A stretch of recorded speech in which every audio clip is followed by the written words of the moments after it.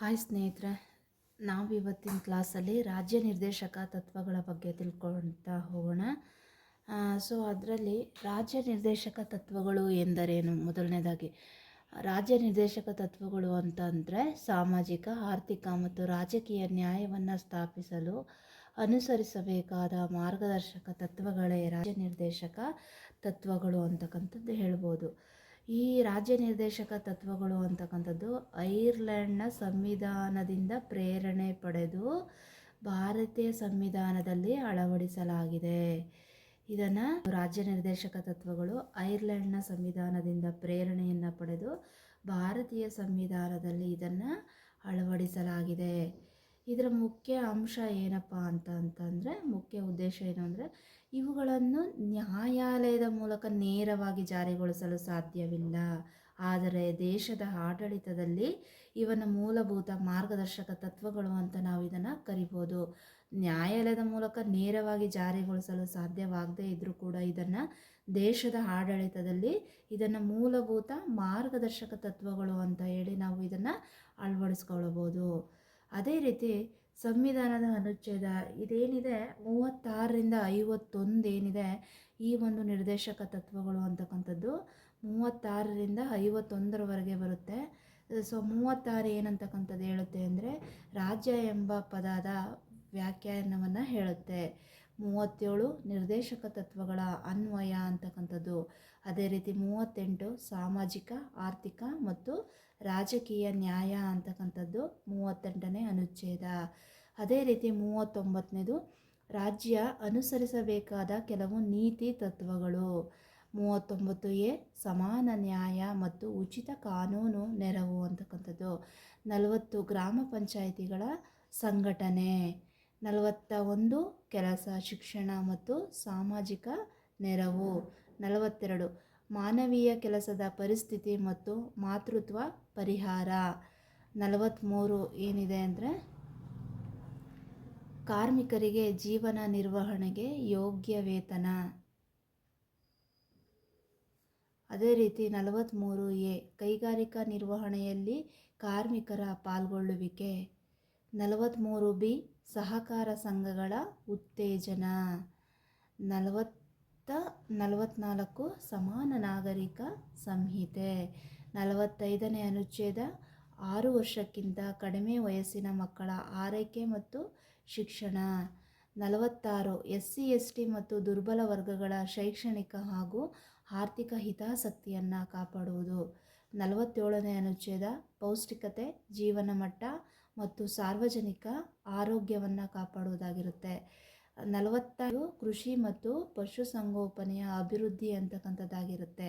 48A ಪರಿಸರ ಮತ್ತು ಅರಣ್ಯ ವನ್ಯಜೀವಿಗಳ ಸಂರಕ್ಷಣೆ. 49ನೇದು ರಾಷ್ಟ್ರೀಯ ಮಹತ್ವದ ಸ್ಮಾರಕಗಳ ರಕ್ಷಣೆ.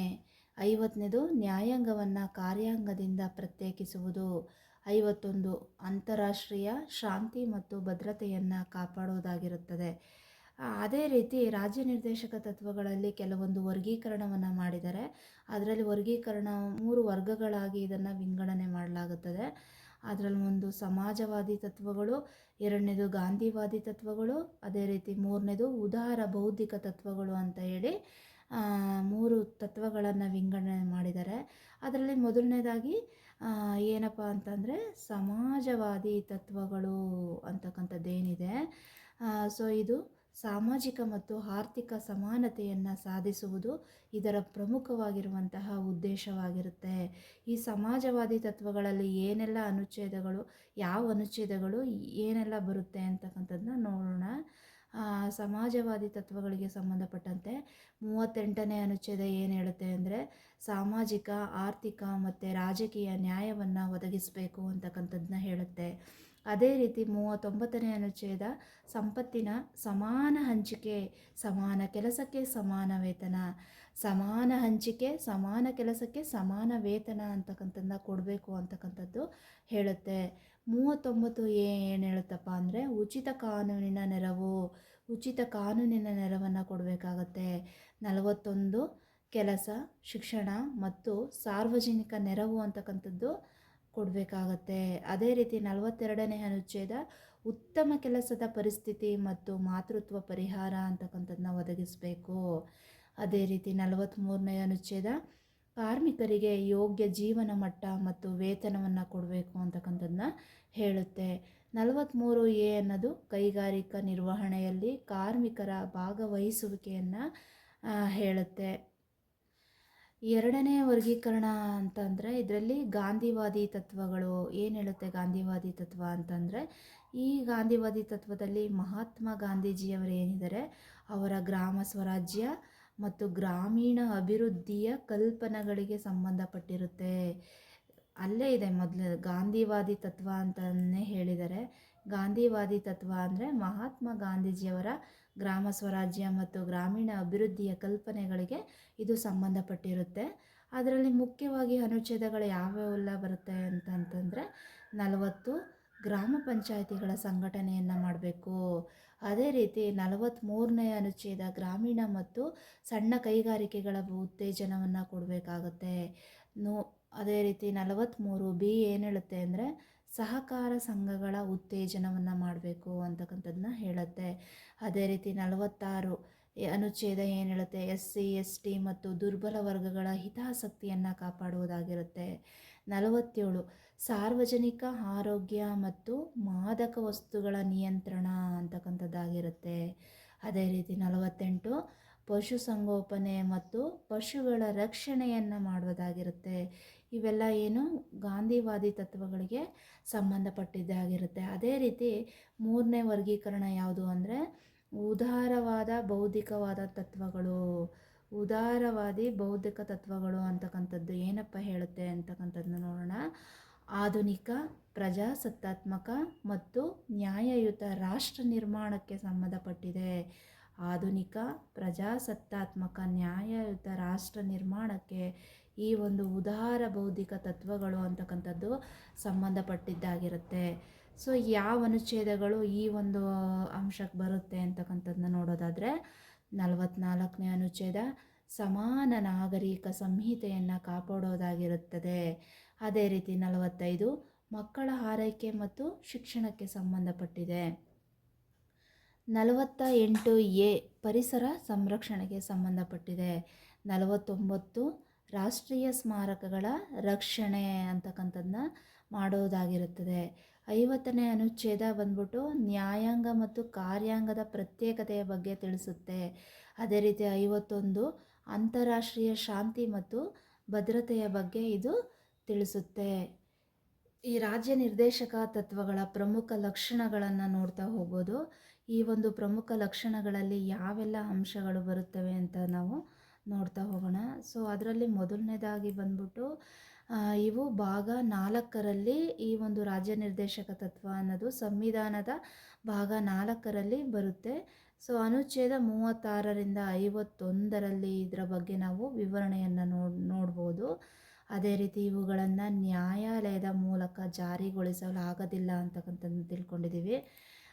ಇವು ಸರ್ಕಾರಕ್ಕೆ ಮಾರ್ಗದರ್ಶಕ ತತ್ವಗಳಾಗಿವೆ ಅಂತಕ್ಕಂಥದ್ದನ್ನ ನೋಡಿದ್ವಿ.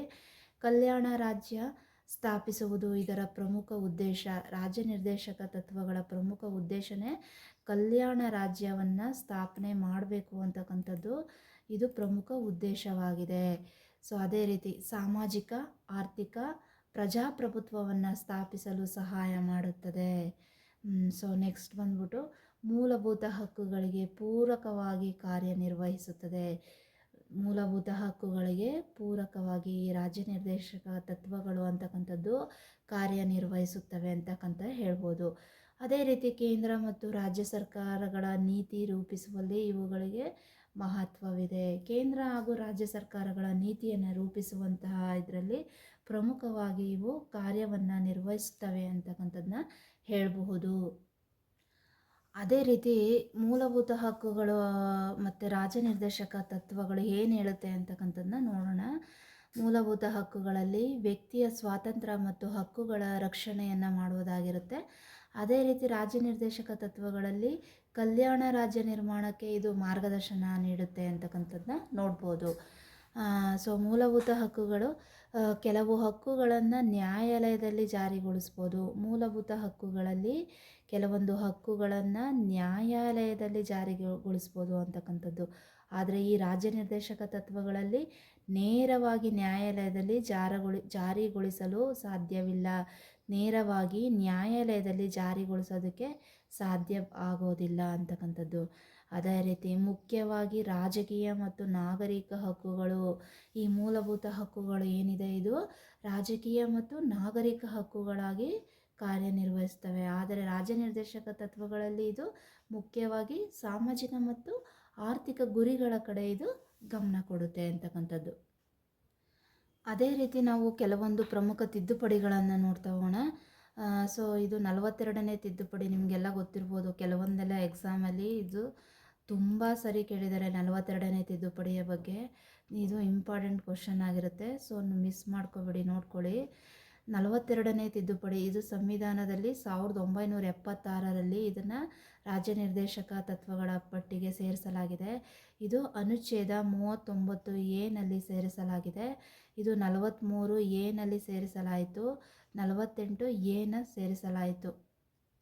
ಅದೇ ರೀತಿ 44ನೇ ತಿದ್ದುಪಡಿ ಅಂತಕ್ಕಂಥದ್ದು 1978ರಲ್ಲಿ ಇದನ್ನು ಸೇರಿಸಿದ್ದಾರೆ. ಸೊ ಅನುಚ್ಛೇದ 38ರಲ್ಲಿ ಆದಾಯ ಅಸಮಾನತೆ ಕಡಿಮೆ ಮಾಡುವ ಅಂಶಕ್ಕೆ ಹೆಚ್ಚಿನ ಒತ್ತನ್ನು ನೀಡಲಾಯಿತು. ಅನುಚ್ಛೇದ 38ರಲ್ಲಿ ಆದಾಯ ಅಸಮಾನತೆ ಕಡಿಮೆ ಮಾಡುವ ಅಂಶಕ್ಕೆ ಹೆಚ್ಚಿನ ಒತ್ತನ್ನು ಕೊಟ್ಟಿದ್ದಾರೆ. ಸೊ 86ನೇ ತಿದ್ದುಪಡಿ 2002ರಲ್ಲಿ ಸೇರಿಸಲಾಗಿದೆ. ಸೊ ಇದು 45 ಅನುಚ್ಛೇದ 45ಅನ್ನು ಬದಲಾಯಿಸಿ 6 ವರ್ಷಕ್ಕಿಂತ ಕಡಿಮೆ ವಯಸ್ಸಿನ ಮಕ್ಕಳ ಆರೈಕೆ ಮತ್ತು ಪ್ರಾಥಮಿಕ ಶಿಕ್ಷಣಕ್ಕೆ ಒತ್ತನ್ನು ನೀಡಲಾಗಿತ್ತು ಈ ಒಂದು ಅನುಚ್ಛೇದದ ಅಡಿಯಲ್ಲಿ. ಅದೇ ರೀತಿ 97ನೇ ತಿದ್ದುಪಡಿಯನ್ನು 2011ರಲ್ಲಿ ಸೇರಿಸಲಾಗಿದೆ. ಸೊ ಇದರಲ್ಲಿ ಯಾವುದು ಬರುತ್ತೆ ಅಂದರೆ ಅನುಚ್ಛೇದ 43B ಸಹಕಾರ ಸಂಘಗಳ ಉತ್ತೇಜನವನ್ನು ಸೇರಿಸಲಾಗುತ್ತೆ.